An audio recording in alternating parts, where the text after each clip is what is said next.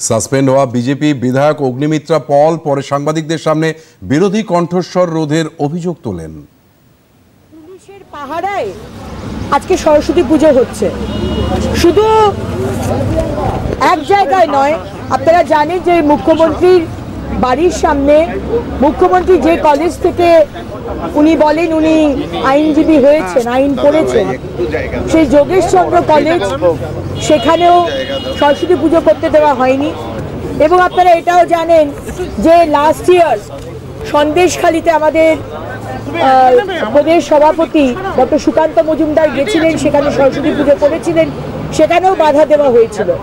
তাই আমরা আজকে এই অ্যাডজর্নমেন্ট মোশন এনে মাননীয় অধ্যক্ষ মহোদয়ের কাছে এই বিষয়টা নিয়ে ডিসকাশন চেয়েছি, কিন্তু উনি বললেন যে এই ডিসকাশন আজকে হবে না।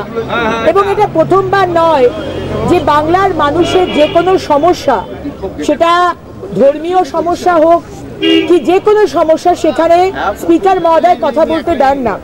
অথচ আপনারা জানেন যে আমাদের সংবিধানে right two freedom article number 25 to 28, সেখানে কিন্তু পরিষ্কারভাবে লেখা আছে যে ধর্ম, যে যার ধর্ম সে কিন্তু প্র্যাকটিস করতে পারে। কিন্তু আজকে পশ্চিমবঙ্গে দেখা যাচ্ছে মাননীয় মুখ্যমন্ত্রী তিনি তুষ্টিকরণের রাজনীতি করার জন্য তিনি আজকে জিহাদি যারা আজকে বাধা দিচ্ছে হিন্দুদের সরস্বতী পুজো করার জন্য।